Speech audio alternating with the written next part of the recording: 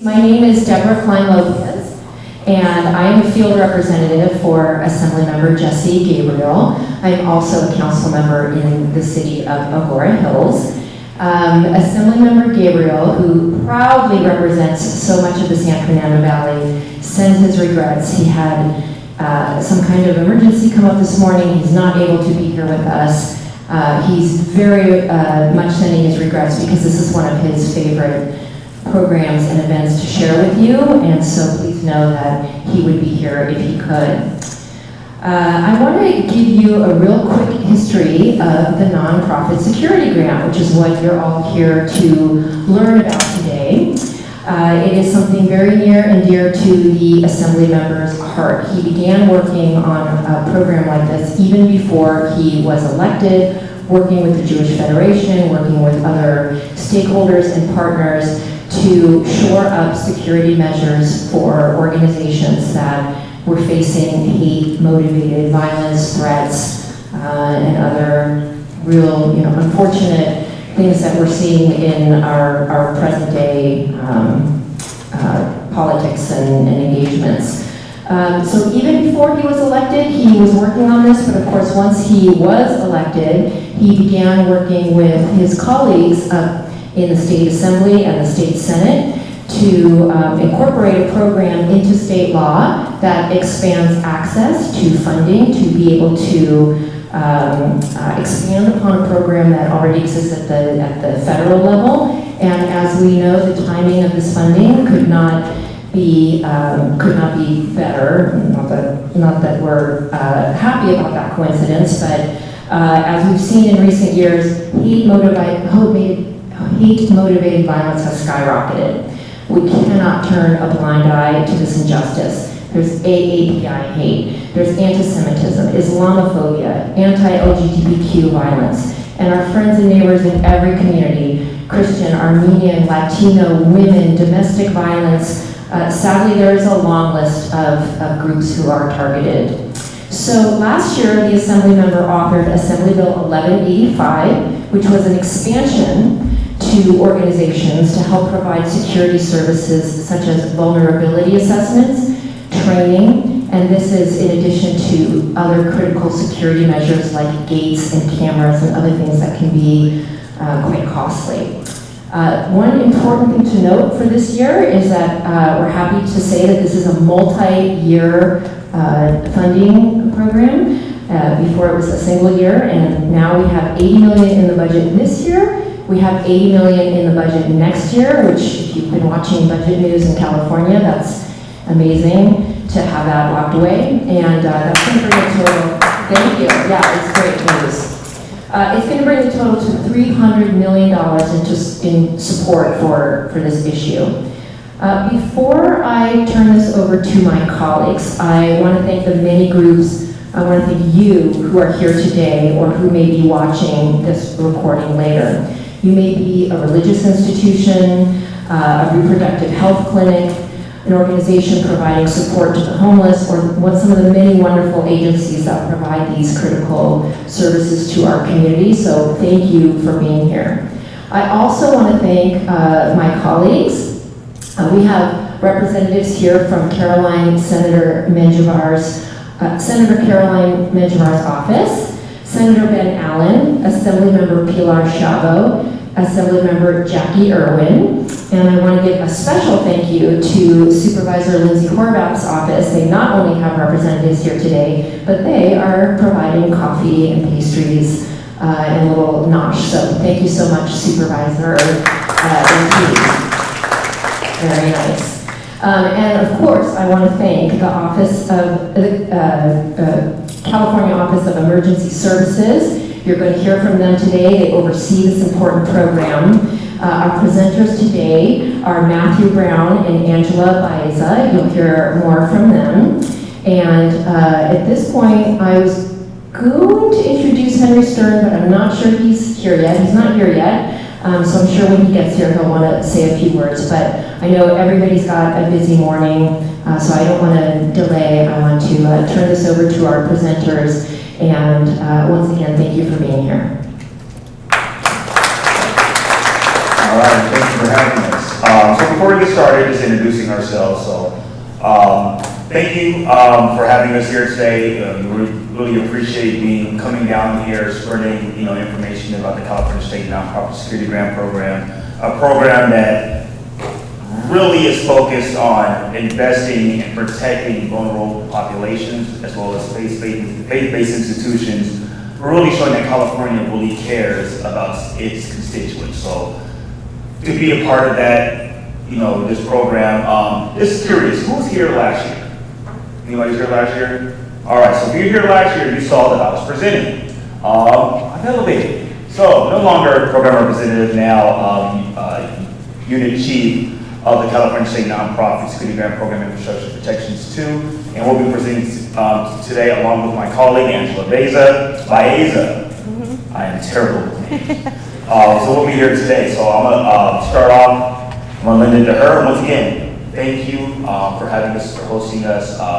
We really enjoy coming down here. We really enjoy the opportunity, and just, the more outreach we can provide to the constituents of California, look, this is growing. Just said, multi-year commitment, multi-year funding. That's the first time this has happened for this grant program, so we're constantly expanding, right? More work for us, but great for you guys, right? So really, and this doesn't happen without this population, this group here today, this many attendees, right? Every year this is expanding. When I first started this year, 19, 15 million, 30, 50, 80, multiple years, constantly growing. And that's a testament of the governor's office, its investment in its constituents, nonprofit organizations, as well as the feedback we're getting from the communities and institutions that we're serving. So once again, thank you for having us, and right now I'll turn it over to Angela. Yes, hi everyone. Thank you all for being here, and thank you for the warm welcome.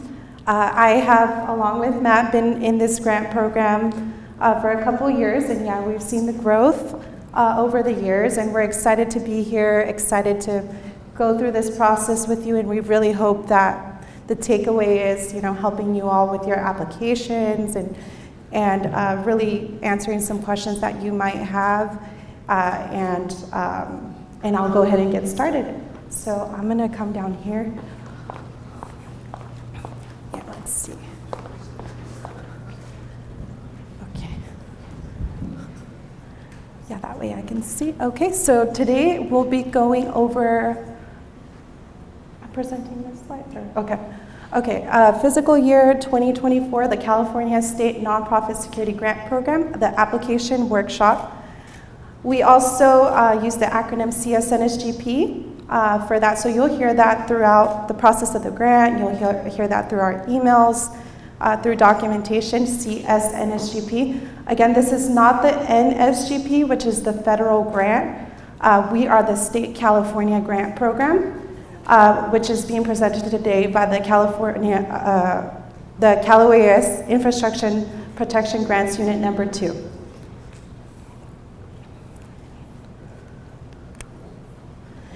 Okay, and for our agenda today, this is what we'll be going over. So the Infrastructure Protection Grants Unit number 2, a program overview, the purpose of the grant, eligibility criteria, allowable and unallowable costs, proposal requirements and documentation, the CSNSGP application walkthrough, which Matt will be going through and really going through that application and vulnerability assessment. We'll also talk about application scoring and give you some useful resources that you will be able to use if you have any questions regarding those areas. And then we'll give you information about the threat assessment centers as well. I have a question. Will these slides be available to us at a later time? Yes, yeah, they're actually currently posted on our website. And so if you go into the infrastructure protection website, we can, if you send us an email or after this, we could give you the website. You go on there and we have them posted and available for all of you to review. Thank you, Angela. Yeah, you're welcome. Okay, so the Infrastructure Protection Grants Unit is responsible for the overall grant management of the California State Nonprofit Security Grant Program, again, CSNSGP. So the unit staff right now is me, Angela Baeza. I'm one of the unit chiefs. Matthew Brown, he's also another unit chief. And Maria Lau, Sharon Chu, Tu Lee, David Nguyen, Chris Skelton, and Catherine Perkins. So you'll see, if you were to get awarded for this grant, you'd get one of these representatives on here to be a contact. Okay, so for the program overview, as you heard earlier, the fiscal year 2024-25 California state budget allocated $76 million for the California State Nonprofit Security Grant Program, CSNSGP. This funding is available for nonprofit organizations via competitive proposal process. Applicants can apply for up to $250,000 in funding and may submit up to 2 proposals for a total of $500,000. Again, you can submit up to 2 proposals for a total of $500,000. The number of submissions and amount of funding requested may not exceed these limits. For the grant subaward period of performance, this is another acronym that we use throughout this program, is POP, which stands for period of performance. This is very important here, December 1st, 2024 through December 31st of 2026. Again, December 1st of 2024 through December 31st of 2026. Cal OES rates and ranks the proposals competitively. The highest ranking applicants will receive funding until all the funding has been exhausted. The purpose of the grant, of the CSNSGP grant, is to provide funding to support target hardening and other physical security enhancements to nonprofit organizations that are at high risk for violent attacks and hate crimes due to ideology, beliefs, or mission. The goal of this grant is to integrate the preparedness activities of nonprofit organizations that are at high risk of a terrorist attack and hate crimes with the broader state and local preparedness efforts. This CSNSGP also promotes emergency preparedness coordination and collaboration activities between the public and private community representatives, as well as state and local government agencies. For the eligibility criteria, you must be an eligible nonprofit organization that meets this criteria. Number 1, described under Section 501c3 of the Internal Revenue Code of the 1986 IRC and exempt from tax under Section 501A of such code. The Internal Revenue IRS does not require certain organizations such as churches, mosques, and synagogues to apply for and receive a recognition of exemption under Section 501c3 of the IRC. Such organizations are automatically exempt. If they meet the requirements of Section 501c3, these organizations are not required to provide recognition of exemption. And for number 2, organizations must be considered high risk for violent attacks or hate crimes due to the ideology, beliefs, or mission. Again, organizations must be considered high risk for violent attacks or hate crimes due to ideology, beliefs, or mission. For number 3, they must be located throughout the state of California. Again, California, not outside of California. We have gotten, applications that come from outside of California, and it's very important that they're located throughout the state of California. Beneficiaries of CSNSGP funds must be a 501c3 nonprofit organization. For-profits or fundraising extensions of nonprofits are not eligible. While these fundraising extensions may be associated with a nonprofit organization, CSNSGP funds must be utilized to improve the safety and security of a 501c3 nonprofit organization. And for number 5, there are some nonprofit organizations that share the same building. In these cases, only one nonprofit organization can apply for the CSNSGP funding. The safety and security enhancements can benefit both or all nonprofit organizations that cohabitate or share the same building. And number 6, each nonprofit may submit up to 2 proposals, and each proposal must address a specific site with its own unique physical address and not a P.O. box number, and must occupy the location at the time of the proposal submission. Nonprofits can request up to $250,000 per location for a total of $500,000. The number of submissions and amount of funding requested may not exceed these limits. And here I will go over the allowable cost categories. So we have 1, planning, 2, equipment, 3, training, 4, construction or renovation, 5, contracted security, 6, management and administration, which again, another acronym that we use, M&A. You will see that through our emails and through our communication. And 7, support services. One note I want to make in regards to allowable cost categories. Please pay attention to how we define what is allowable and what is unallowable for each of these categories. We will only approve if what is being proposed falls in line with what we state here. So for example, for planning, it's not what you think planning activity is, as well as how we define what a planning activity. Once again, this is all done via legislation. So please make sure to follow what's listed in each allowable cost category. Thank you. Thank you. All right, for allowable cost in planning. Funding may be used for security of emergency planning expenses and the materials required to conduct planning activities. Planning must be related to the protection of the facility and the people within the facility, and should include access and functional needs as well as those with limited English proficiency.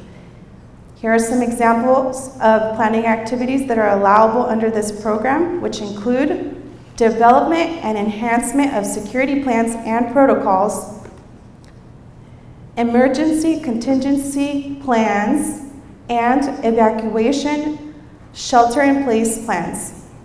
Travel, lodging, mileage, fuel, meals, backfill overtime costs are not eligible. For allowable cost of equipment, allowable costs must be focused on target hardening and physical security and enhancements. Fundings can only be used for the acquisition and installation of security equipment on real property, including buildings and improvements, owned or leased by the nonprofit organization, specifically in the prevention and or protection against the risk of a terrorist attack. Example of equipment that's allowable under this program include reinforced doors and gates, high-intensity lighting, alarm systems, inspection and screening systems, access control systems, and any other security enhancement consistent with the purpose of the CSNSGP and identified in the organization's vulnerability assessment worksheet, which we will go over as well in the next couple slides. Allowable costs for training. Funding may be used for training-related costs and applied to the nonprofit's employees or members, congregants, to receive on-site security training. Allowable training-related costs are limited to the attendance fees for the trainings and related expenses such as materials and supplies. Again, travel, lodging, mileage, fuel, meals, backfill overtime costs are not eligible. For allowable construction and renovation, construction or renovation activities should be done in support of target hardening activities and is limited to 100,000. I will pause here because, so if you were to get awarded 200,000, what this means is you would only be able to apply for 100,000 towards construction and renovation. Equipment installation is not considered construction or renovation. Again, that equipment installation is not considered construction or renovation. All construction or renovation activities must comply with the applicable federal, state, and local laws and regulations.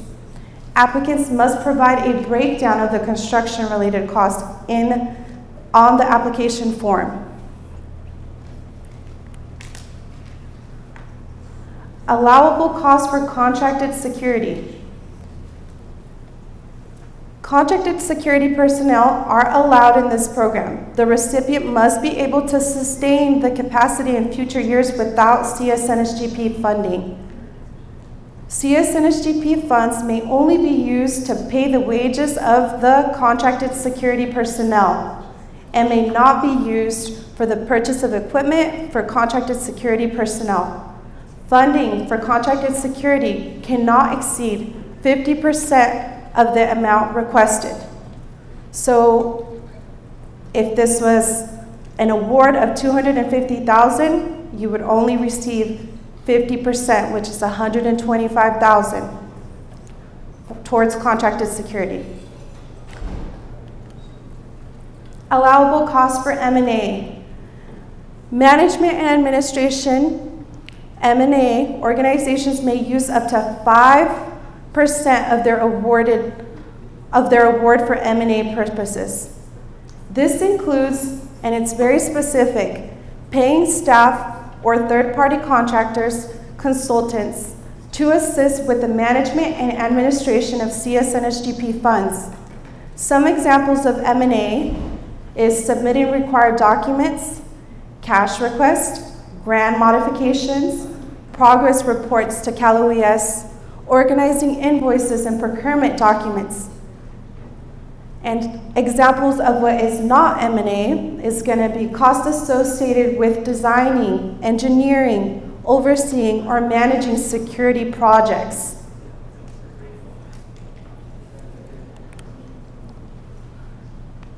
And allowable costs for support services. Applicants that receive a subaward under this program may use and expend up to 5% of their funds for support service activities. This cost consists of providing support services to another nonprofit organization or a cluster of other nonprofit organizations for the following: vulnerability assessments, security trainings, mass notification and alert systems, monitoring or response systems, or life-saving emergency equipment.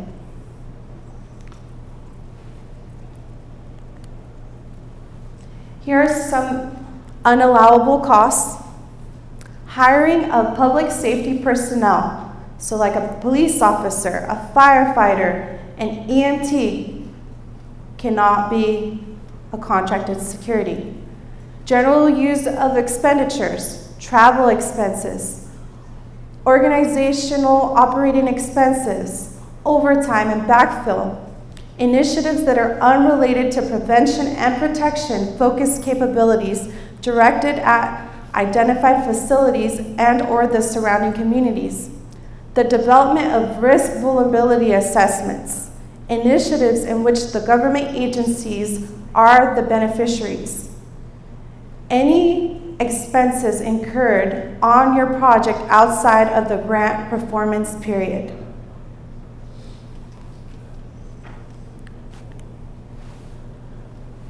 And here is information about extension requests. So extensions to the period of performance, which is that slide we had at the beginning, December 1st, 2024 to December 31st of 2026, identified in the subaward will be extremely limited and will only be considered through the formal written request with specific, reasonable, and compelling justifications that warrant an extension. Due to the limited encumbrance expenditures time allowed by the 2024-25 Budget Act, Cal OES will only consider a 30-day period of performance extension request for the fiscal year 2024 CSNSGP. And now, for the proposal required documentation, these are the 1 and 2 required documents. So the Cal OES Vulnerability Assessment VA worksheet version 0623, that is very important, version 0623, and the fiscal year 2024 California State Nonprofit Security Grant, CSNSGP, application form, version 0724. We have added the versions on there to help you see the version numbers. And now I'm going to turn this over to Matt, who will be going over the vulnerability assessment. All right, thank you, Angela. So if we go to the next slide, we're going to begin going over the vulnerability assessment. Once again, your proposal consists of 2 documents. One will be the vulnerability assessment worksheet, or the VA worksheet for short, and the next is your application. So your proposal, 2 documents, VA worksheet, application. So you can obtain a vulnerability assessment worksheet for your organization and record the results on a Cal OES VA worksheet. So most people will get a vulnerability assessment done. We ask that you copy that information onto our Cal OES VA worksheet.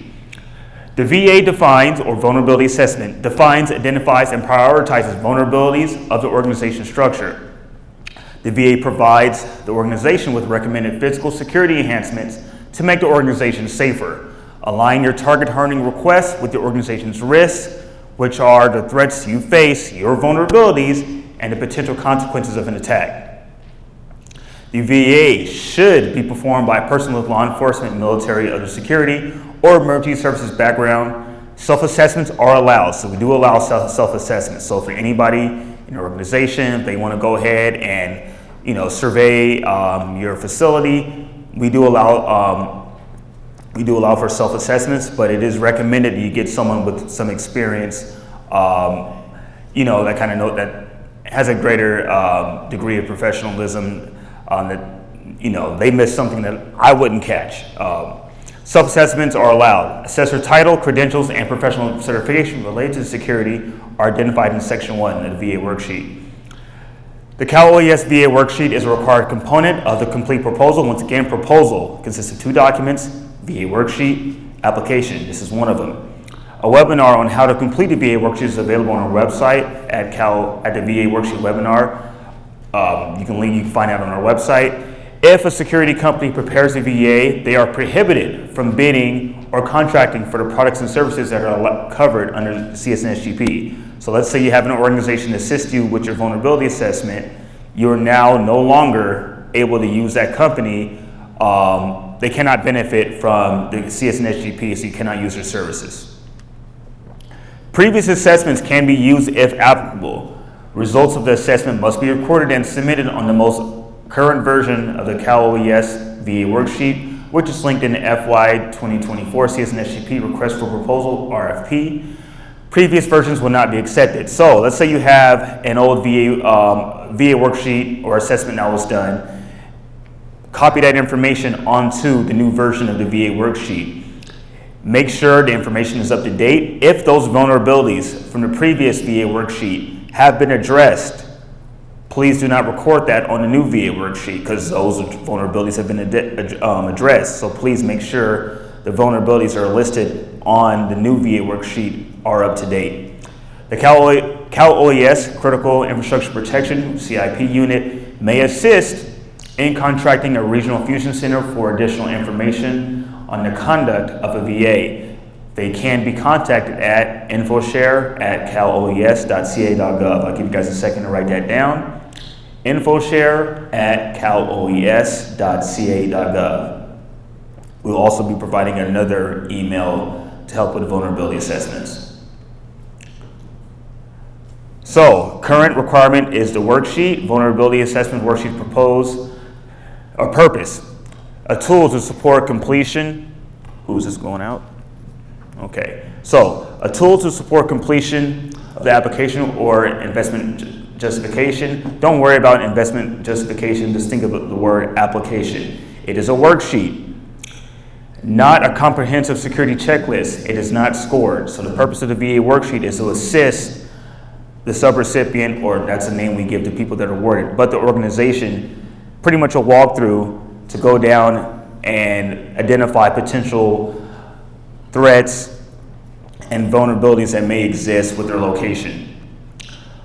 One part of a complete risk assessment. So, wider sense, vulnerability specific to an act of terrorism that support your organization's security program. Narrow scale, vulnerabilities in areas allowable under the grant used by your organization to better understand security. So the purpose of the VA worksheet is for you to better understand your facility. And the better you understand your facility, the better you can help protect against potential harm. Do not discount the power of an initial self-assessment. Once again, this is just simply how we get started. This is simply how you better understand your facility. Vulnerability assessments may be conducted in a variety of ways. Who or how the assessment was conducted is not reviewed. So we don't care about who did it or how it was done. We just care the fact that it was done. You may use the worksheet to directly record observations or transfer information to it from another source, such as a report, briefing insurance document, business impact analysis, etc. Here are some resources. So, CISA protecting houses of worship, active shooter preparation and self-assessments. If you want to write down an email address, once again, this entire presentation is located on our website. At the conclusion of this, I'll go on Google and show you the path of how to get there. You can download it yourself. Secret Service National Threat Assessment Center, and then the FEMA Guide to Emergency Operation Plans for Houses of Worship. I'm not going to spend a long time on this. Once again, I'll show you guys how to get there after this. Other resources, State Threat Assessment Center, Critical Infrastructure Protection Points of Contact. Once again, please reach out if you need help with the VA worksheet or even just how to get one conducted. I gave you the InfoShare email. This is another one. This is probably a better way to get in contact. See, Critical Infrastructure Team email is va@caloes.ca.gov. The Critical Infrastructure Unit, they have a phone line. It is 1-888-788-7983. Once again, it is 1-888-788-7983. At this moment in time, we're going to go into the actual VA worksheet. I'm going to break down the VA worksheet from each section. All right, so there is some verbiage on here that is not pertaining to the CSNSGP. This form is used for both state infrastructure programs.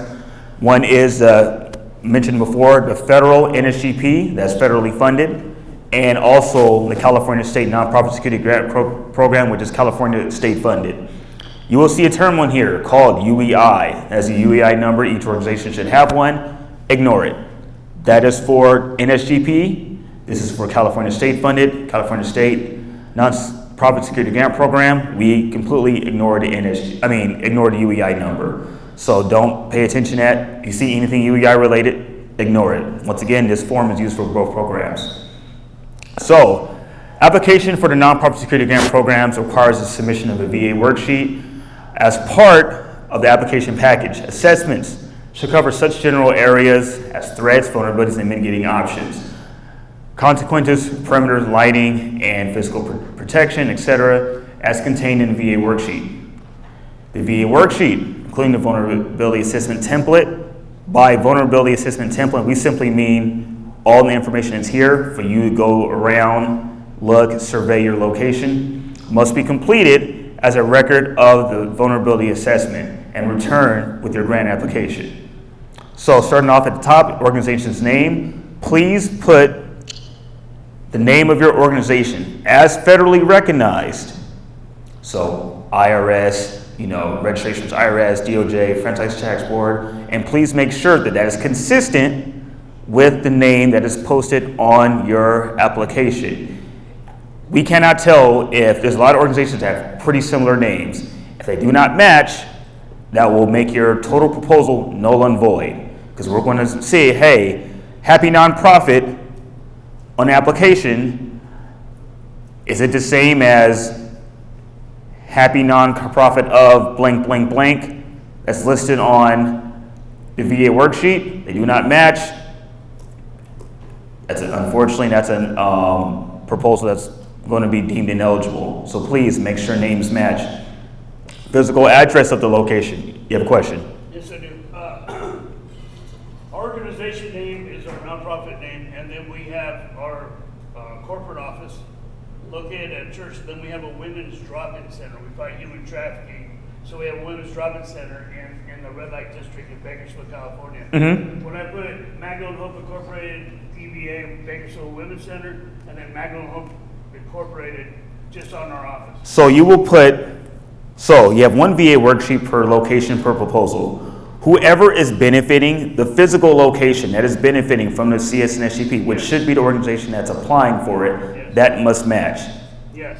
So I can put two different addresses, and you'll know that even though the organization name is exactly the same, it'll have two different addresses, meaning we have two different locations. So in this case, that would be two proposals, correct? Yes, two. Yes. So this VA will be linked to one address that's on the application, and then another VA will be for the other location. You have two VAs, one per location, two applications, so two different proposals. Okay, thank you. Piggyback on what he said, where we're going to do an application is a church, but on the same campus, there's a school. They use the same physical address. They're two different entities. You would have a VA, it would be smart to have two different proposals and two assessments done on one building and then the other assessment done on the other building. But under one address, we did that last year. That's why we did one for one building and one for the other building, but submitted it and we said it's the same physical address to one proposal. So we do two proposals.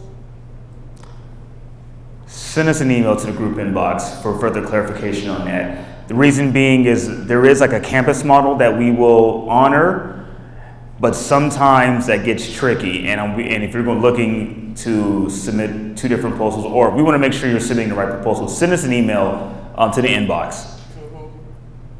csnsgp@caloes.ca.gov. Is this document savable? In other words, do you have to fill it out all at once, or can you fill it out in part and save? It's a PDF fillable form. You should be able to do both. I would try to get all the info, but technology is weird. I would collect all the information first, then enter it in. I would not take a chance with this. All right, so first, organization name, physical address of the organization. Physical address is a physical address of where projects will be happening at. Section 1, assessor information. This just goes to who's going to be assessing. So we have who's it conducted by. He has a drop down. Once again, it can be self-assessment. Name of each assessor. Ooh, this is going a little bit too far. You can go ahead and scroll. Name of each assessor and any associated professional credentials.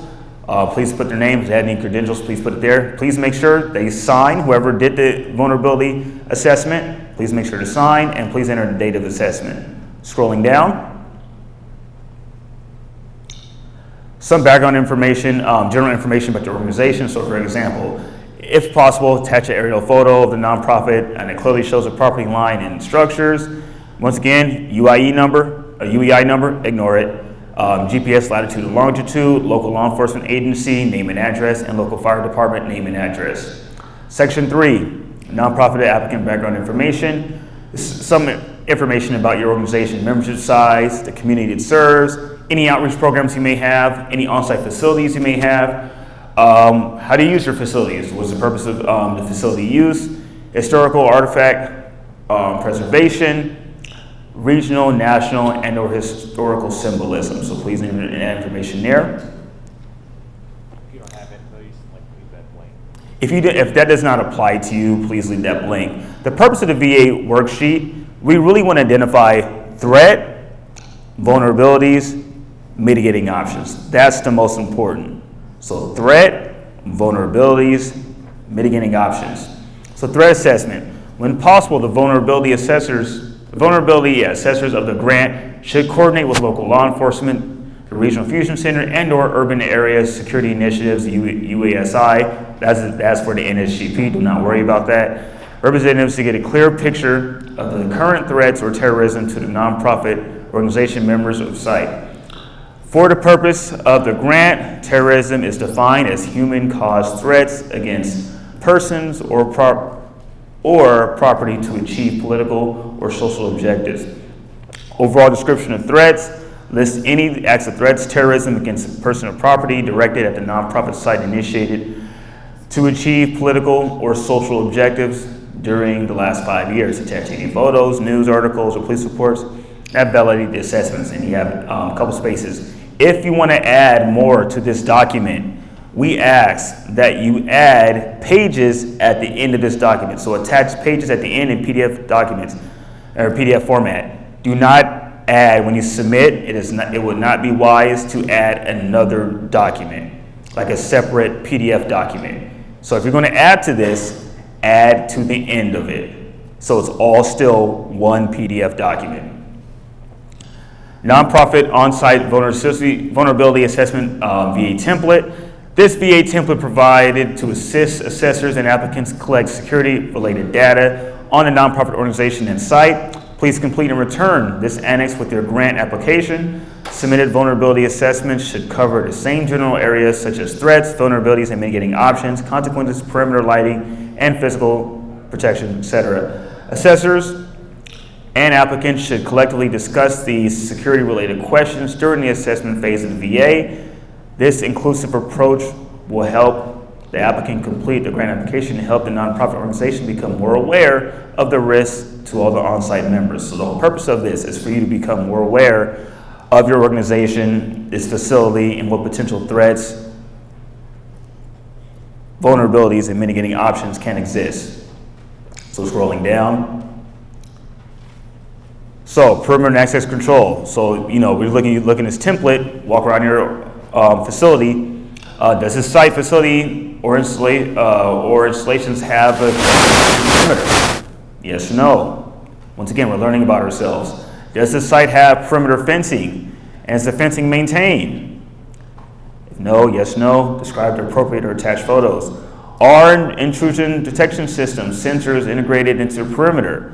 Does the organization effectively address all vehicle and pedestrian entry and exit points? Once again, this is a template to learn more about your facility. Scrolling down. I'm not going to get into each one, but just once again, security lighting. Are doorways illuminated for security and safety? Are pathways around the site illuminated to assist with the movement and safety? Is the lighting adequate to assist with security camera system to detect, identify activities around the site? Scrolling down. Also notice we have the version 623. If you submit a VA worksheet that is not this version, that proposal will be voided. Security intrusion detection, security camera system, fire system.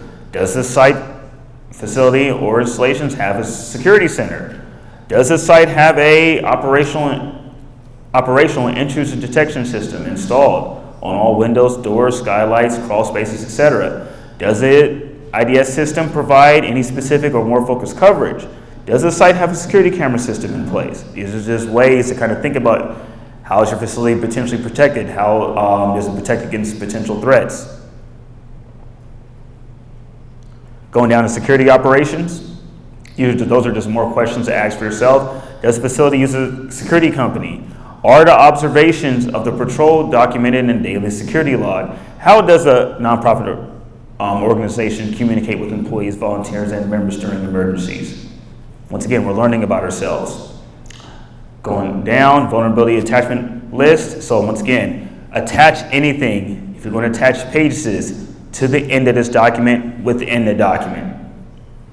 Mitigating options. This is most important. This section is designed to help the applicant identify vulnerabilities, consider potential consequences, and select target hardening mitigating options to complete the investment justification. Not all vulnerabilities identified during the assessment are critical to the operation of the nonprofit site and may not be listed. Mitigating options and consequences must be listed with the vulnerabilities. This section is used to validate requests for specific equipment and current application of the grant. So when we're comparing the application to the VA, we're looking at what's being proposed in the application. And what we're looking at is it listed as a mitigating option here? And is it addressing a specific vulnerability right here? So when we're comparing the VA worksheet to the application, this is what we're looking at mainly. So, mitigating list of sites vulnerabilities, mitigating options, and potential consequences. Mitigating options should describe and include equipment that will be requested for purchase as part of the grant application. So let's say, for example, vulnerability. Easy one, lack of a perimeter around my facility. What's a good mitigating option against that? Any examples? Yes. Fencing or shrubbery? Yeah, fencing, shrubbery. That's a good mitigating option against that. So if I see vulnerability, lack of a secure perimeter around facility, a good mitigating option, fencing, shrubbery, anything that can create a defined perimeter around that facility. That's an example. And when we're looking at your application, we're going to see, okay, this person was requesting, or this organization was requesting 500 feet of wrought iron fencing around their facility. Okay, well, is that a mitigating option listed on a VA? Does it address a specific vulnerability?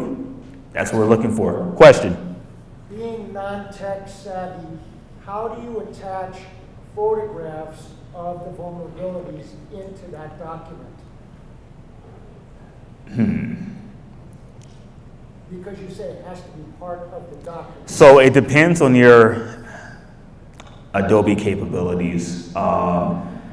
I would consult with someone who, I can't give an answer, I can't give advice, but with that being said, there are ways you can attach. I would try to maybe get a newer version of Adobe that typically will allow you to add pages in PDF format to end of things, or maybe consult with somebody who's more tech savvy to assist. Yes? More tech savvy and younger. Who are you calling old? I'm just saying. All right, one more question. Import them into your, import the pictures into a Word document, and then print the Word document as a PDF. You're talking 40 stands above my head.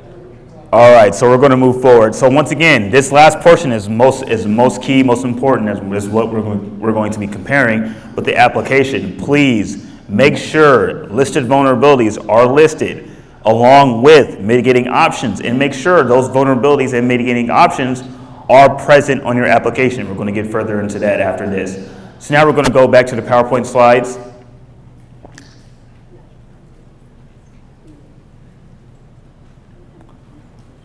So if you can go down and click the PowerPoint, there we go.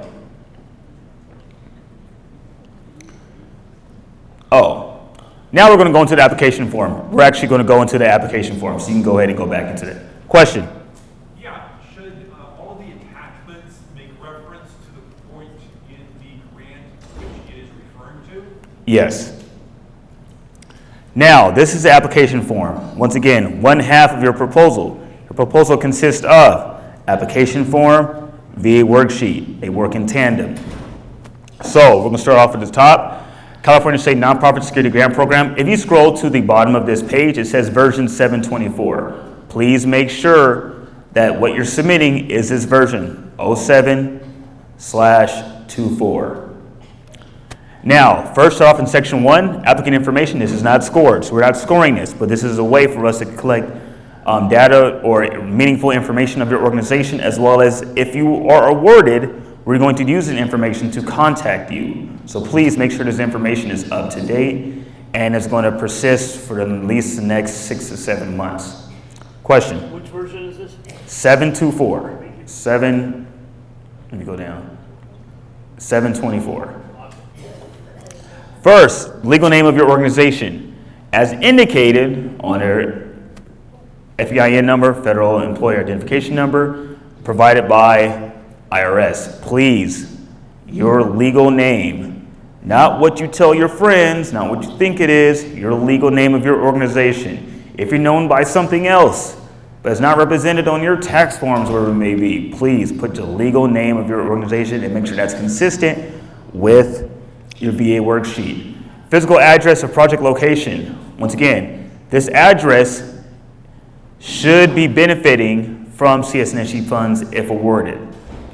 So not some satellite or your main office, no. What if you have an organization and you have a couple of organizations, which one is benefiting, what projects will be happening? Please put that in for that location there. Yes. So as long as it's in California, even if it's an unincorporated city, like San Fernando, for example. That's fine. Okay, thank you.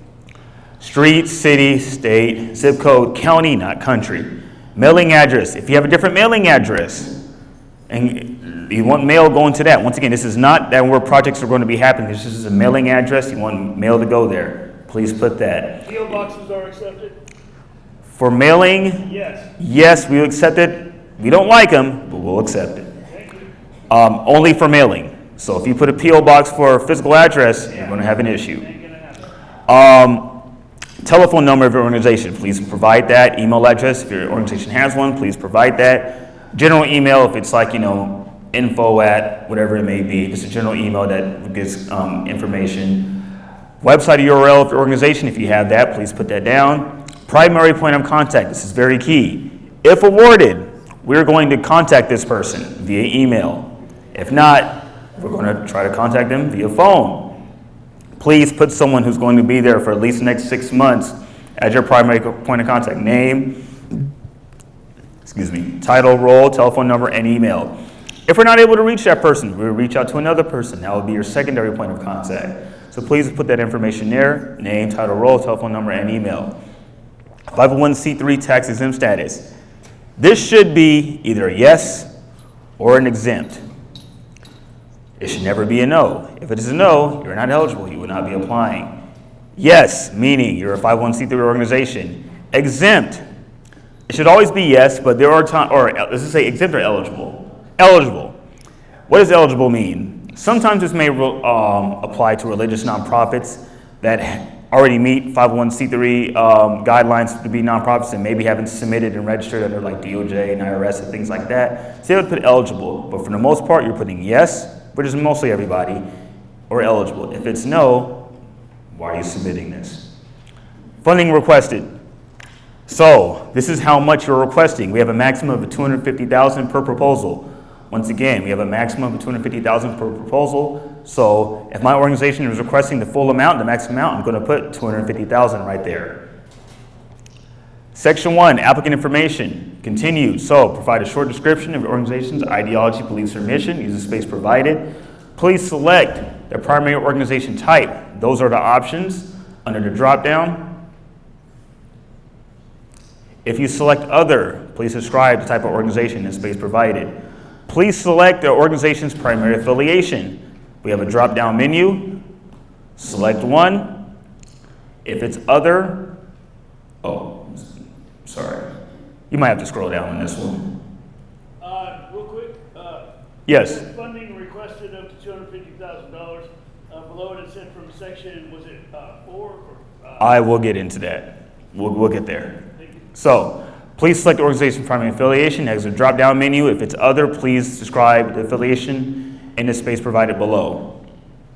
Now, section 2, the background, 7 possible points. This is when we start to score. Describe the symbolic value of the site as a highly recognized national or historic institution or significant institution within the community that renders the site as a possible target of violent attacks, hate crimes due to ideology, beliefs, or mission. Please use the space provided. Notice it says 500 character max, not 500 words. 500 characters, I believe that includes, and with spaces. So that means you're kind of limited. So don't put an essay, it's 500 characters, not words. Does your organization serve a population's risk of being a target of violent attacks or hate crimes? If yes, identify the populations and explain why the populations are at risk of being the targets of violent attacks or hate crimes. Once again, 500 character limit, not words, character. Scrolling down. I'm not going to use the clicker anymore for this. Scrolling, I'll rely on you. Describe any previous or existing role in responding to or recovering from violent attacks or hate crime due to ideology, beliefs, or mission. 500 character limit. Do not leave it blank. You want to maximize your scoring potential. At this point, we're getting into points. And the most points are going to be funded first. So please, if we've found that your application matches your VA worksheet. So please, don't leave anything blank. No NAs, not applicable. Everything should apply to everybody. Once again, we want to maximize your scoring potential because we want folks to get funded. Section 3, risks, 12 possible points. Risk is defined as a product of 3 principal variables: threat, vulnerability, and consequences. Seems familiar, right? VA worksheet. In the space below, describe specific findings from previously conducted risk assessments, including threats, vulnerabilities, and potential consequences of an attack. So threat. So first part of risk of section 3, part A, threat. In considering threat, the applicant should discuss the identification and substantiation of specific threats or attacks against a nonprofit organization or closely related organizations by a terrorist organization, network, or cell. The applicant should also discuss findings from risk assessments, police findings, and/or insurance claims specific to the location being applied for, including dates and specific threats. So, a little more of a character limit. Please use the space provided. Notice it does say the nonprofit organization or closely related organization. So, there are most organizations have not experienced these threats or incidences or actions taken towards them. But that being said, maybe another organization who's just like yours has. If it can happen to them, it can happen to you. So you can reference incidences from other organizations that are like yours to substantiate why it's a risk to you. Because if it's a risk to them, hopefully nothing doesn't happen to your facilities or organizations, but things happen. If it's a risk to them, or a threat to them, or something has happened, that's a threat to you as well. So you can reference other incidences that other organizations have dealt with. Vulnerabilities. We want this to match your VA worksheet. I'm going to say that right now. Consistent with your VA worksheet. That gives you the most amount of points. In considering vulnerabilities, the applicant should discuss the organization's susceptibility to destruction, incapacitation, or exploitation by a terrorist attack. These should be consistent with the vulnerability assessment, VA worksheet. Those vulnerabilities are listed there, list them here. Potential consequences, shoot for the moon. In considering potential consequences, the applicant should discuss potential negative effects on the organization's assets, system, and or network if damaged, destroyed, or disrupted by a terrorist attack. So you have threats that exist that can be exploited by those vulnerabilities. And what happens if those vulnerabilities aren't mitigated against?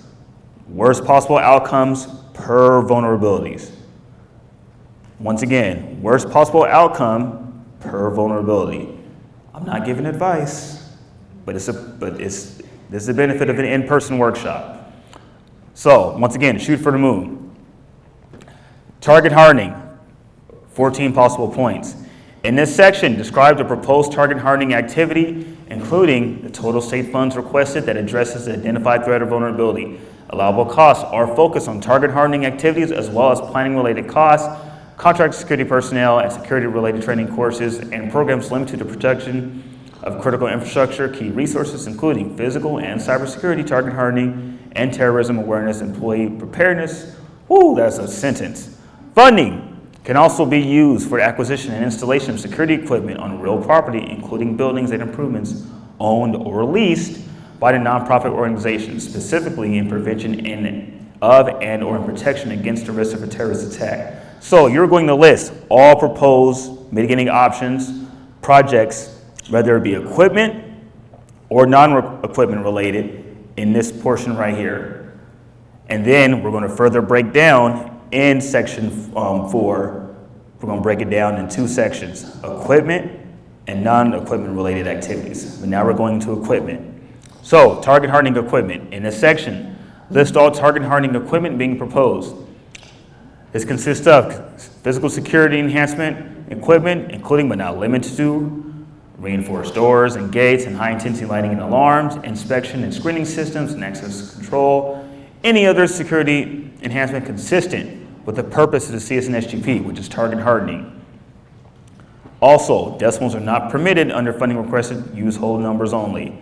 So, we have 3 columns: quantity and description of items to be purchased, vulnerability to be addressed, funding requested. So, for an example, let's say on my VA, that will be referenced here, vulnerability was lack of perimeter control or lack of a perimeter. So I will put quantity and description, using the example earlier, 500 feet of wrought iron fencing, which is also listed on my VA. Vulnerability to address, lack of a perimeter, which is also listed on my VA.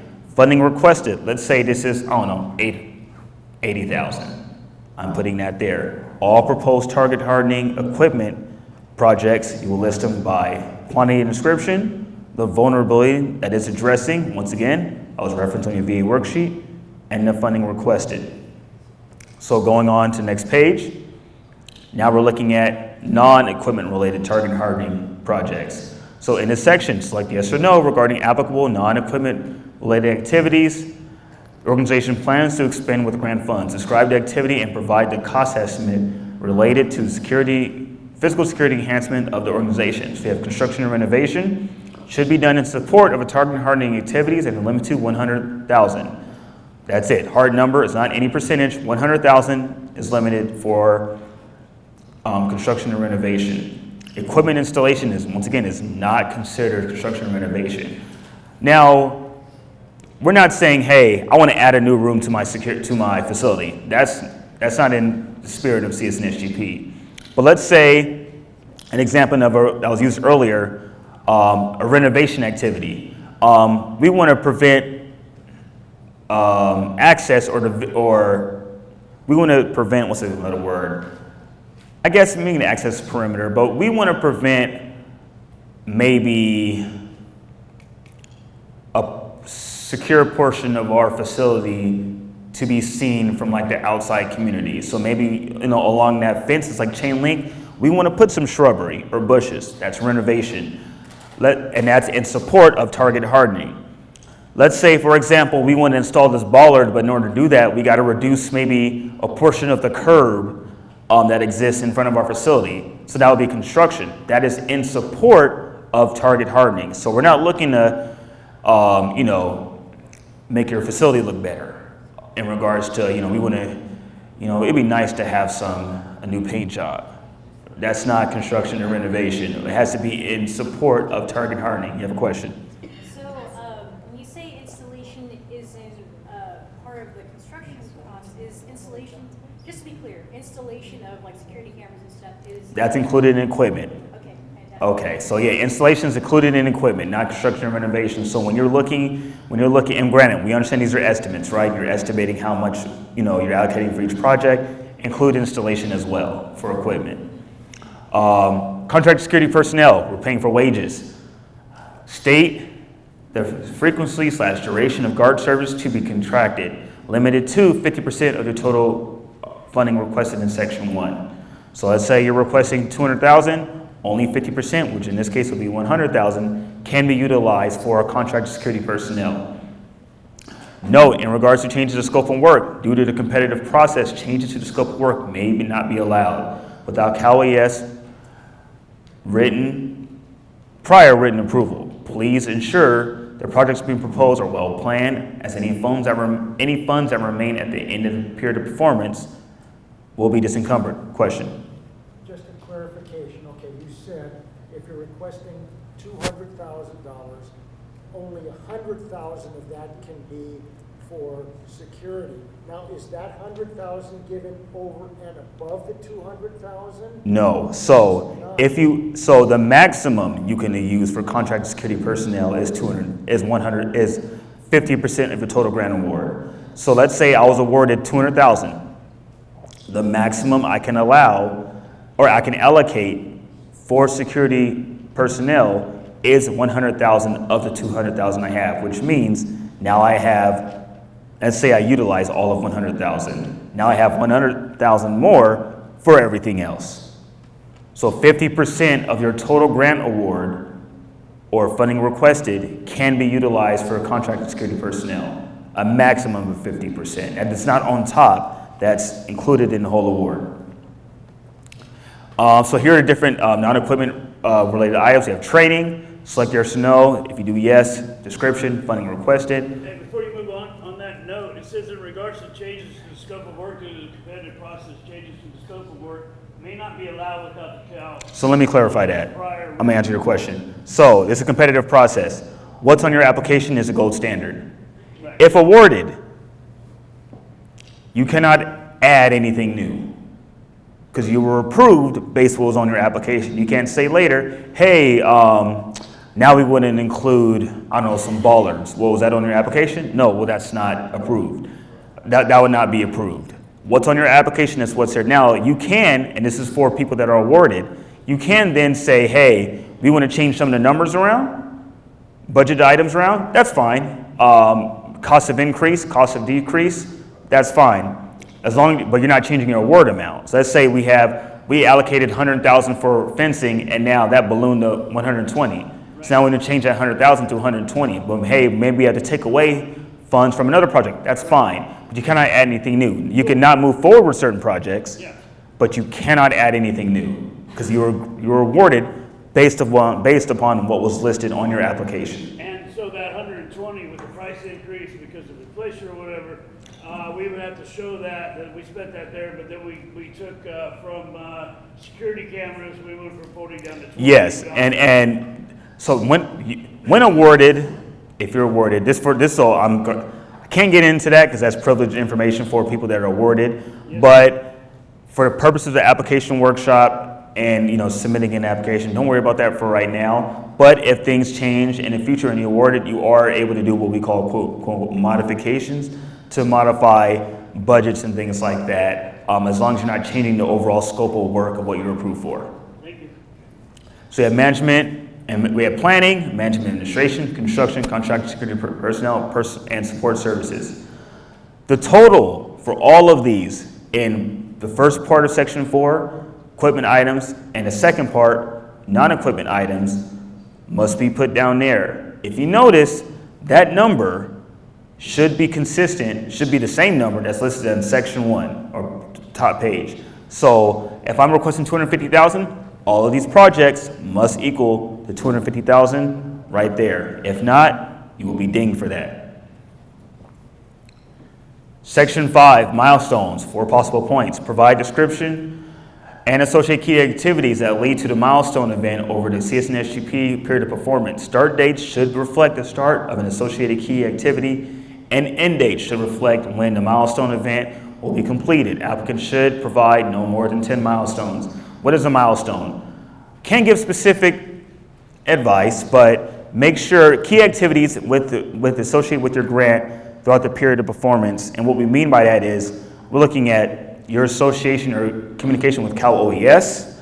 We're looking at project start and end dates. So like, for example, completed all required documents by Cal OES. This is just an example. I'm not saying anything. Started fencing project on this date and ending fencing project. Sent Cal OES all periodic reporting materials. Closed out grant paperwork with Cal OES. Collected bids on proposed projects. Things like that. Just saying. So we won't be able to put in the completion date when we're filling out this? We want you to think ahead. Once again, we understand this is an estimate.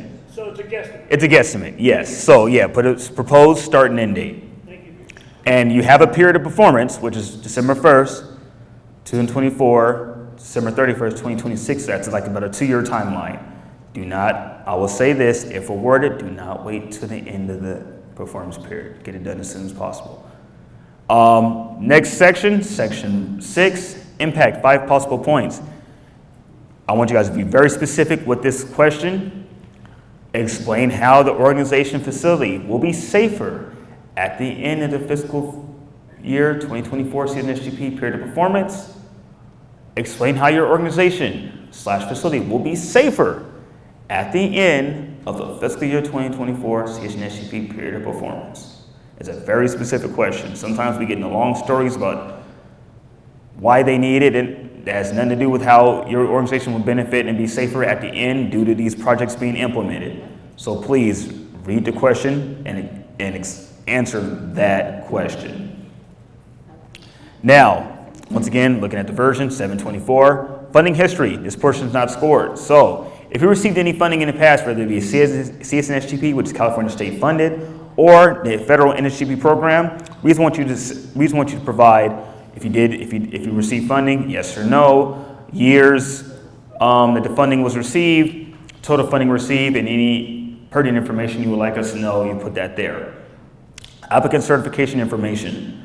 So check this box if the organization is willing to accept less than the full amount requested based on the scoring and available funding. If the box is not checked, partial funding may not be given in the event that the full funding is not available for a project. Some funding is better than none. I would select yes. I would check that. In the event that your organization's on the bubble, they're receiving funding, and let's say we have 100,000 left, and you requested 250,000, but that box is unchecked, well, we can't offer you that. We have to go down to the next organization. I certify that the information provided in this application is accurate and up to date, and that all projects proposed to address vulnerabilities are in need of funding. Finally, and most important, I certify that I'm an employee or a volunteer or have been hired by the aforementioned nonprofit organization to apply on their behalf for CSNSGP. You would be amazed by how many organizations find out later that they applied for this, because they had no idea, because someone submitted an application that they had no idea who it was, or some rogue agent or whatever on their behalf. So please make sure that you know who's submitting this, and this person, you're aware of who's submitting this for you and filling this out. All right, so that's it with the application. We'll go back to the PowerPoint. Scoring. So funding will be awarded to the highest ranked proposals. Evaluation of the proposals based on 6 scored criteria, totaling 40 points. We went over these earlier. 7, 12, 14, 4, 5, with a total of 42. Once again, we're not scoring the applicant information or the funding history. When you submit, you will submit this to our email, csnsgp@caloes.ca.gov. Your email will state the name of your organization. It will also, you will submit 2 forms.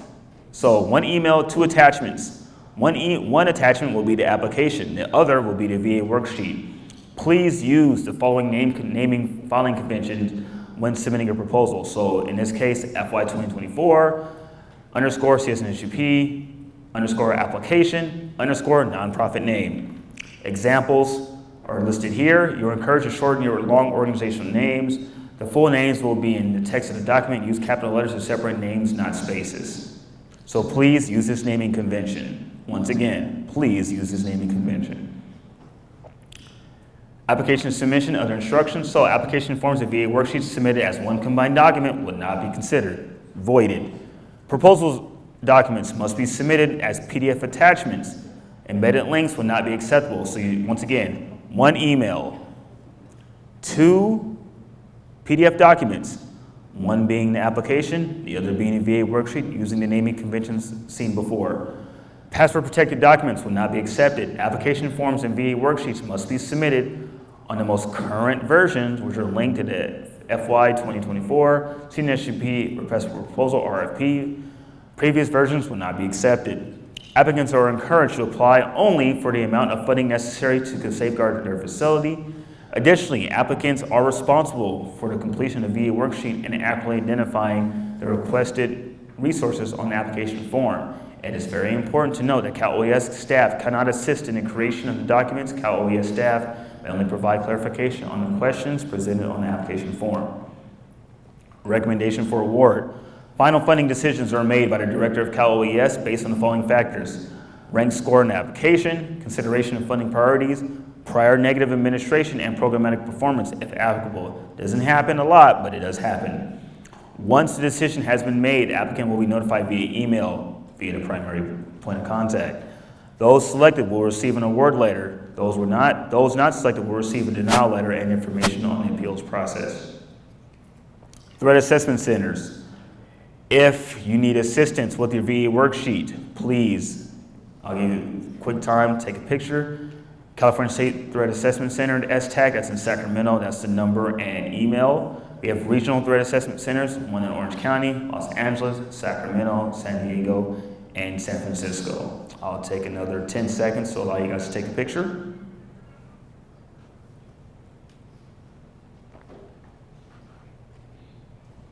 All right.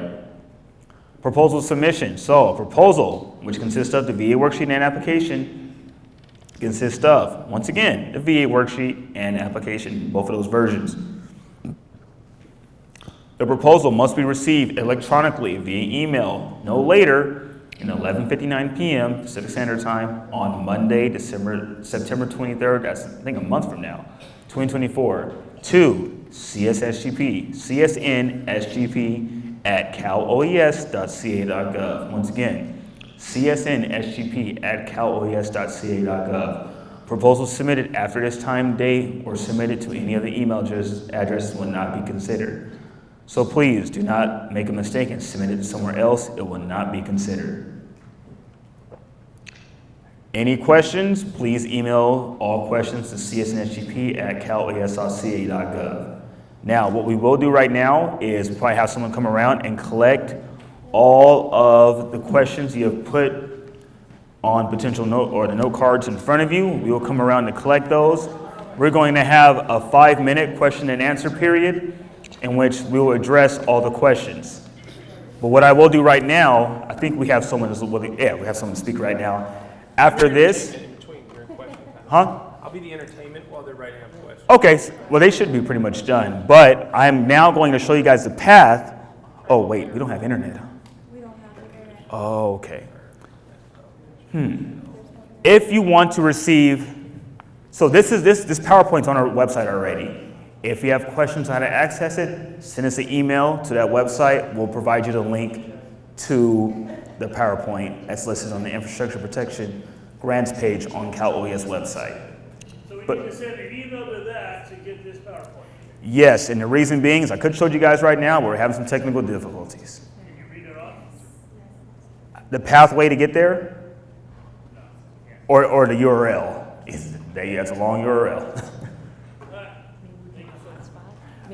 Yeah.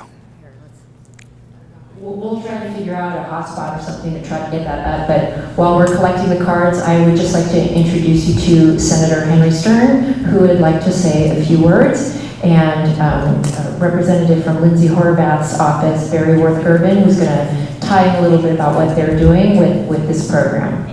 Senator. Thank you. Hey, don't let me distract from your question writing part, but I'm Henry, I'm your senator. Represent you all in Sacramento, and Jesse and I helped establish this program. So just appreciate you all being here today. That's the main thing. I mean, I guess the only thing I would add is, when we first designed this, it was responding to one particular hate crime that happened at a synagogue down in Poway when this first got really started as a state.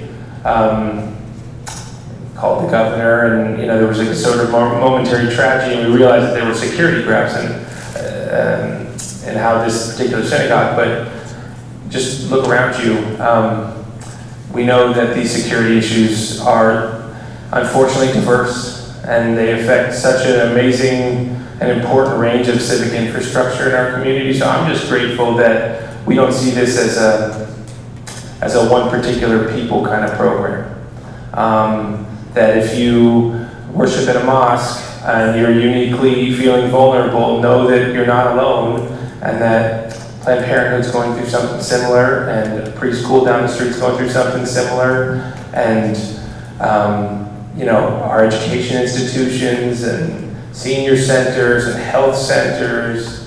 I just appreciate that we've got a range of people here that reflect the whole valley, and these little tables y'all are at are actually pretty exciting place to maybe make some other relationships too.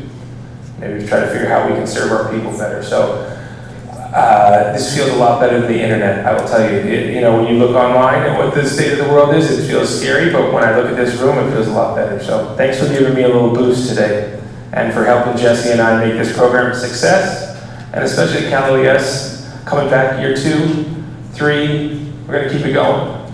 We're gonna keep it going. So thank you guys. Appreciate it. And Mrs. Berry, she's the brains behind your supervisor, Lindsay Horvath. They are a powerful team. You're very, very lucky to have them representing you, and the whole valley is, I know, so Berry, thank you. Thank you so much. Thank you, Senator. Good morning, everybody. I am Barry Worth-Gervin with LA County Supervisor Lindsay Horvath's office. I want to just extend our very sincere appreciation to our partners at the state government, particularly Senator Stern and Assemblymember Gabriel's office, who organized this event today, and Cal OES for bringing all of this very important information. We were so glad to partner on this, and at the county level, I want to share that this is a major priority for us to partner with our leaders of every level of government. Here at the county, this is the 3rd district of the county supervisors, and we introduced a motion and passed it this summer. It'll be coming back again, but we are creating bubble zones, which are safety zones around people entering sensitive sites throughout LA County. A sensitive site is a house of worship, a school, or a medical facility.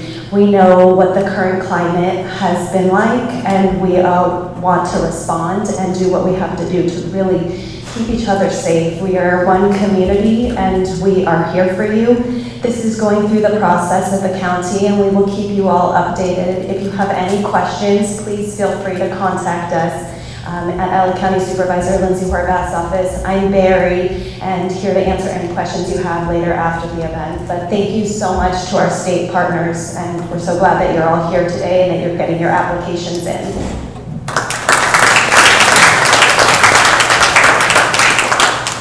All right, so one of you got the internet. Yay. All right, so we're going to look at the Cal OES website. So if you go to caloes.ca.gov, you're going to scroll down to apply for grants. So apply for grants. Then you're going to go to, so this one is infrastructure, right? Yeah. So Homeland Security and Emergency Grant Programs.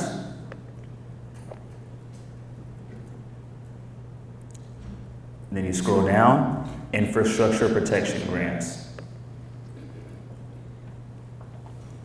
Now, you will find YouTube link to Vulnerability Assessment Webinar video. You will have the most up-to-date Vulnerability Assessment Worksheet, 623. If you notice, please scroll down. This is FY24 NSGP, not CSNSGP, NSGP. So scroll down until you see California State Nonprofit Security Grant Program documents. And the first one listed is a FY24 CSNSGP application workshop presentation. If you select that, boom, you have this to download. So this will be in PDF format, not PowerPoint. So this is available on our website right now. Also, if you would like to have a recording of this or a previous version of this on our webinars, we sent out a mass email regarding the webinar links as well as today's in-person workshop. If you click one of those webinar links, you will find a recording of that webinar. So if you click on that link, a Microsoft Teams window will pop up, or you can view it in browser. You don't need to have Teams, and a recording of that webinar, we've had 6 already, will be, so watch it on your own time, take notes in conjunction with the PDF presentation, watch it on your own time if you would like, but those recordings are available in addition to this presentation that will be on the Assemblymember's website. Now, we're going to have a quick 5-minute question and answer period. I'll review questions once again. If we're not able to get to your question today, which we'll get to everything here, but if you have additional questions, please send an email to csnsgp@caloes.ca.gov. All right, this is the fun part. All right, so is the install of equipment at prevailing wage? No. No.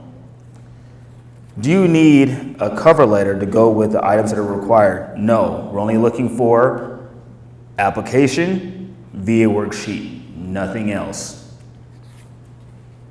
Can one org apply for multiple applications? One org can apply for multiple locations, yes. So if they want to submit, let's say, yes, the answer is yes, and the maximum proposals you can submit is 2. So you'll have, in this case, you have 2 different locations. Each location will have its own application and VA worksheet. If that VA worksheet must be specific to that specific location. Maximum is 2. For a maximum amount of funding for $500,000, how do we come up with that number? $250,000 total times 2. Can we add grant writers, or writers administration of the grant as point person because board members change annually? Yes, as long and you can utilize 5% of your total grant award for management and administration service, or management administration. But how we define, so those examples for management administration, that is how we define management administration. But yes, in order for those funds that you're allocating for that person to be allowable. Can CalOES money be used purely for security guards? Contract security, salary, benefits, etc. If not, is there grant money available for this purpose? So yes, once again, you can use CalOES or CSNSGP funds for the wages of the security, not benefits, not overtime, so just the wages, so if you, let's say for example, I hire a third-party contract security services to patrol my facility, I can utilize up to 50% of my grant award for that service, but benefits, things like that, no, only for their wages. Or is there grant money available for that purpose? NSGP is another funding opportunity, but once again, there's, I think it's also 50%, right, of the total grant award. Clarification. Yeah, clarification. You have a grant for purely contractual security? No, for this, no. Not just for purely that. And I'm not aware that CalOES offers grant opportunities purely for that. In fact, I'm willing to say they do not. But once again, this grant can be utilized for that. You're just capped at 50% of your award. What are helpful attachments to provide with application and assessment worksheet? Nothing on the application, so we'll say that. In regards to the VA worksheet, let's say for example, there's things that don't fit in the spaces provided, like pictures and things like that, or diagrams, you can do that. Just please make sure to add that at the end of the last page of the VA worksheet. Police reports. If the VA form is completed by a current security employee, can we still receive funding? By we, do you mean the security company? Yes. You had said if it's an internal person who does the VA form, or you had said if a security firm does the VA form, we cannot use them, right? Their service. So let's say a security company, they do the VA worksheet, and then when it's time to receive funding, we say, hey, you need to hire us. We want to hire you guys as our contract security. No. But what if they're already contract security and they want to help with the VA form? Do you not have them? Are you utilizing that? But we're using it for equipment, we're not using it for security. That's fine. Yeah, that's fine. Almost pretty much anybody can do the VA worksheet. You just then can't later contract their services for the grant, for the purposes of the grant. In case you don't know what we're applying. Yeah. Do agencies charge for vulnerability assessments? If so, how much? Some you can get free. I would contact our CIP unit for that, critical infrastructure, they'll give you more information on that. Some do. I wouldn't go with an organization that charges. I mean, local fire departments, local law enforcement, they do it all the time. This depends on how busy and how much volume they get, if they're able to do it. But I would definitely send an email to our critical infrastructure protection unit, and they'll assist with that. Does terrorism apply if the damage caused to person plus property was for financial gain? Example, threats of harm, threat to school, personal. Yes, it does. If we were going to purchase some equipment for target hardening but don't have enough funds to cover of it, should we indicate that we committed to, but okay, so we get this a lot. Please understand, this is mainly, and mainly I mean 75%, a reimbursement-based grant. Reimbursement-based grant. So nobody is receiving a huge check up front. It is reimbursement. The reason why I say mainly is because if awarded, 25% of your total grant award can be advanced, but you'll need to provide proof of payment, invoices, bids, all of that. So you are paying for your projects up front, then submitting what we call cash requests to Cal OES to be reimbursed over and over again until you've expended your total grant award. I think that answers that question. That means you kind of get, smaller organizations, nonprofits, got to get creative or maybe do certain things at a time before, that's just how it is. It's unfortunate, but that is what it is. Yes? Anywhere from 2 to 8 weeks, depending on, everything goes through the state controller's office, so it depends on them.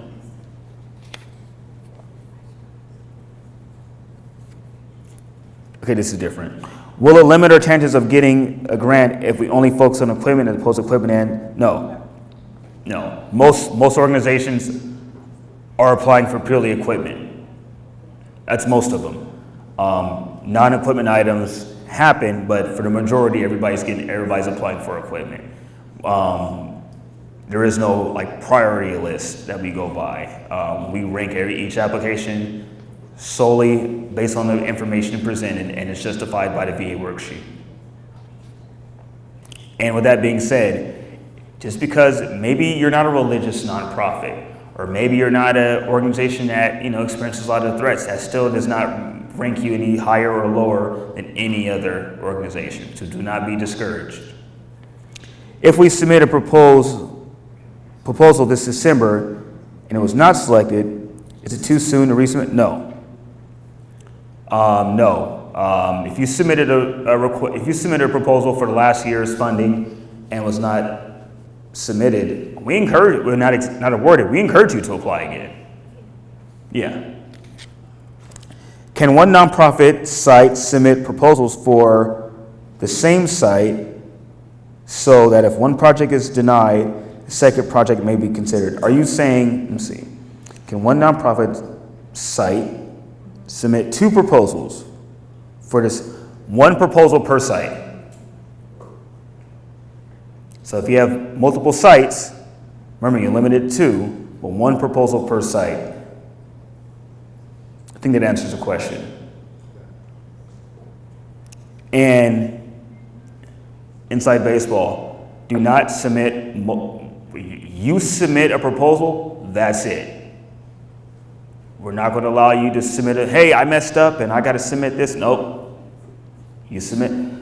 We're going to receive, especially with increased funding, 1,500 or so, maybe even more. So what you submit is what you submit. All right, before we finish, any other questions?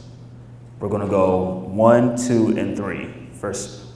Yeah, can we get 75% of the money up front instead of the 25? Legislation. The text of the legislation dictates. All right. Yes. You politicians get on that. How quick is the turnaround time for reimbursement? So when someone submits so applications, scoring, awardees are notified. Then we have what is called a required documents phase, in which you're submitting required documents in order now to utilize the funding. After that, you are able to utilize the funding via cash request. You submit a cash request, and it's processed 2 to 8 weeks to receive that check in the mail. Is cybersecurity included in this? Yes. Okay. And A good starting point. If you're unsure what's acceptable, what's not, is maybe look at the federal AEL list specifically. Let me try to pull it up. Oh, no. Federal AEL, so the authorized equipment list.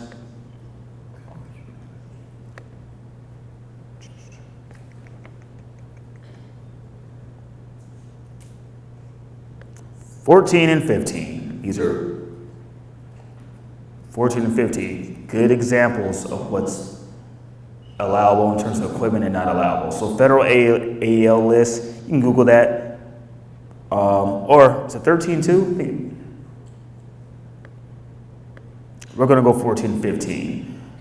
Just in general, the purpose of the CSNHD, and we keep stating that over and over again, is to better secure your facility against threats, violence, terrorism, harm, things like that. As long, we're a little more liberal than the federal NSGP grant. If anybody has dealt with the federal NSGP grant, you go through FEMA, all different types of entities that are a little more restrictive. We're a little more liberal, California state funded, with what we accept or not, as long as it fits within the purpose, meaning you're looking to protect and harden your facility.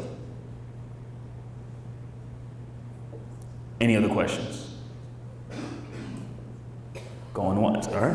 a follow-up, for cybersecurity concerns, do we run up against percentage limitations? No. Yes, yes. And it usually happens if we find a conflict with invoices or proof of payment and things like that. Or let's say someone submitted a fake invoice or a fake check or things like that. So yeah, that does happen. All right. One last one. Just to make sure I'm following. So if we did a quote from a contractor to install equipment, can we submit that quote in order to get that check in the mail, or do we have to spend that money up front? Spend the money up front. That is a question for if you're awarded. This is just general application, but if awarded, you'll be required to submit bids, invoices, proof of payment, and we're checking all of it.